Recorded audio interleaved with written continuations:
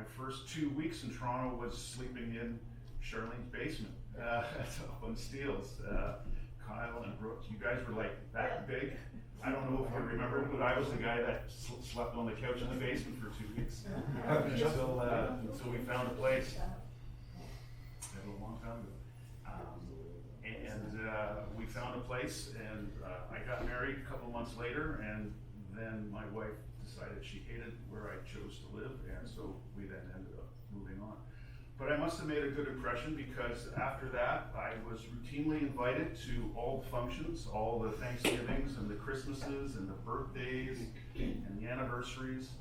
And it's there that I became much closer and embraced by you good people.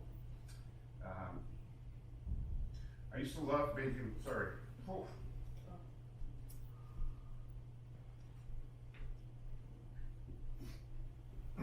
I used to love making Aunt Joyce laugh. She was a good laugher, and I knew I would always succeed when she would always finish. Oh, Michael, that's not true. And she was always a good sport.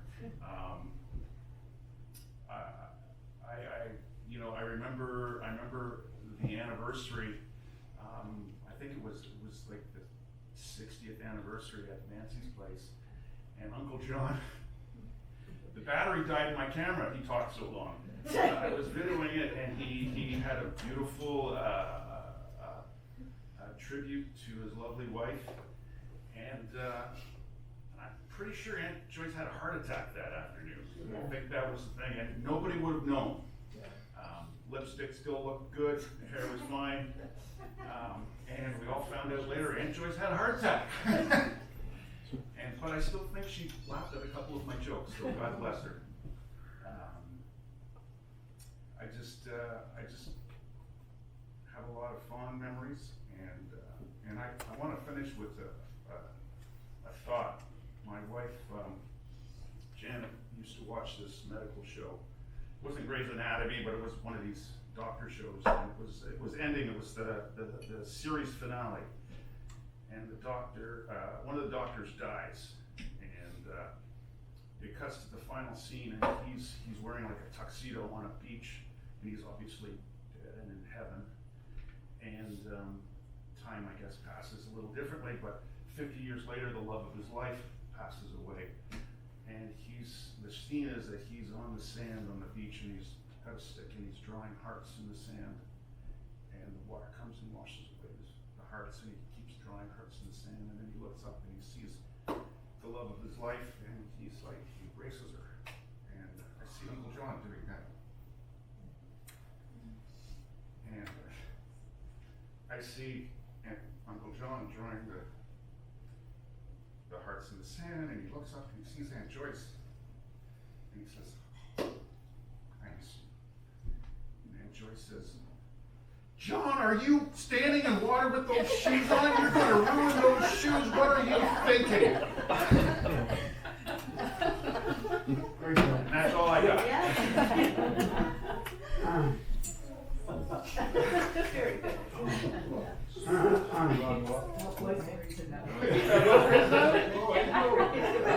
That's all bang on. Hope I'm not rushing enough yet, Mike. Made sure to get my hair right for one day. So, hi. I'm Dashel. I'm Nancy's stepson, Les's son. And yeah, I've been a part of this family for, say, 20-ish plus years now. Nancy's asked me to speak. I couldn't imagine the weight and the gravity of having to write one of these for your parents. Easy, easy chat. So I'm happy and honored to do this for Nancy. So as I said, I've been around the family for quite a long time. For 20 years now, Joyce, I never really met my grandparents. My dad's dad, I probably met when I was 2, 3. I don't have very many memories of it.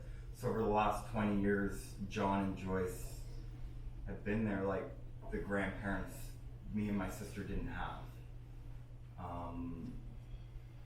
like everyone else, have welcomed us into this family and treated us like we were their grandchildren. And nothing has been more welcoming from a grandparent's perspective that me and my sister never really got to experience, and we've been forever grateful. I'm gonna read the eulogy for Nancy. Hopefully I don't stumble. She just asked me recently to fill in, so I'm happy to do this. Eulogy for Mom. Mom, you only passed away 2 weeks ago, but it feels like a lifetime. On Saturday, I went to call you to remind you it would have been Dad's 98th birthday. Then I remembered that you are no longer with us. I miss not calling you every day and visiting you most days around 4 p.m. I miss not having you over for dinner a couple times of the week, or going out for lunch or dinner at a very nice restaurant. It used to be fun going shopping, picking out new clothes, new lipsticks for you, and how you loved your clothes. I loved how you matched so well, all of your outfits, all of your shoes, hats, purses, and jewelry. And you never ever went out without that tube of lipstick. You would always get into a panic if you didn't have 2 or 3 tubes in the bathroom, one to match each outfit that you're wearing or more. And then there was that smile of yours, so beautiful. Dad loved that smile so much. But then so did everybody. Everyone at the Waterford said you were the best dressed resident they had ever had. The smile topped it all off. I remember you telling me that all you wanted in life was to be married to Dad and be the best mother to your children. You loved us all so much and gave us an amazing childhood.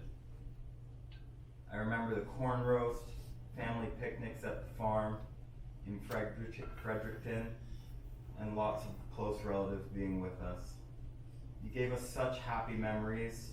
I am so glad we lived in those times.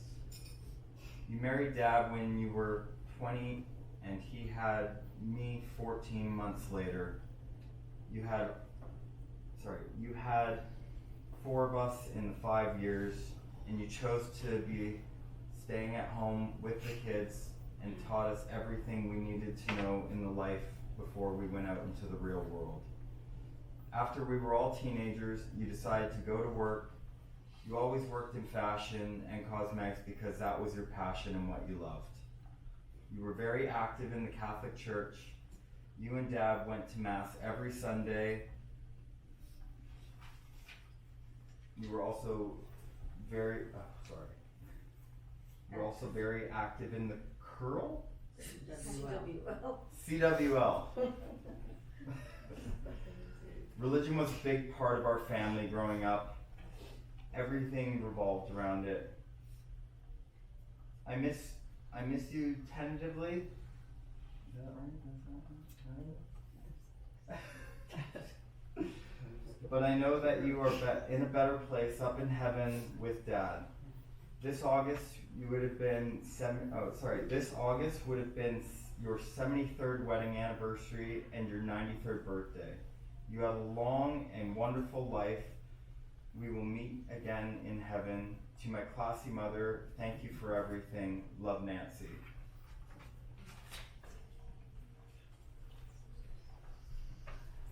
Charlene, do you want to do the talking? I'll do it.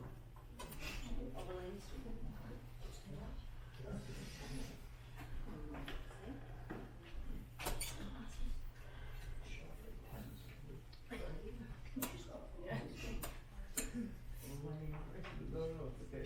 Mine's a little bit wordy. No worries. So I take after your mother. I see.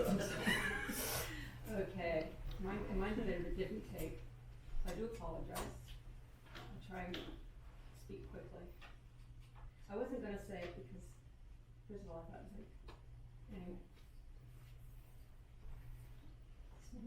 I think it was like 2 hours.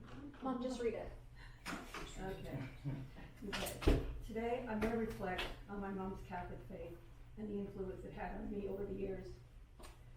Mom was born and raised in the Anglican Church, but as a young adult, she chose to convert to Catholicism around the time she met Dad. And when she began taking her Catholic religious studies to the time of her death, she quietly embraced her faith, where she enjoyed partaking in the many Catholic traditions and sacraments throughout the years. Mom would begin her Catholic initiation at St. Anthony's Church in Fredericton prior to marrying Dad at this magnificent cathedral. Mom and Dad had 3 of us baptized at this same cathedral. Fast forward to a few years later, Mom and Dad would begin teaching the fundamentals to their small children.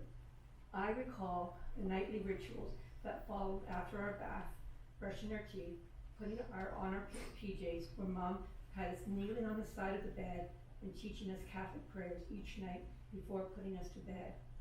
As we got older, Mom and Dad would lead us in saying the rosary.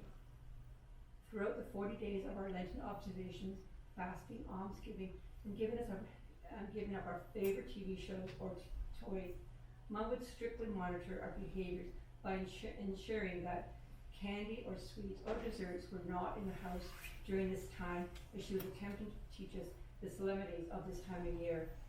In addition to teaching the traditions of the church at home, having an Advent calendar, having holy water, palm stars,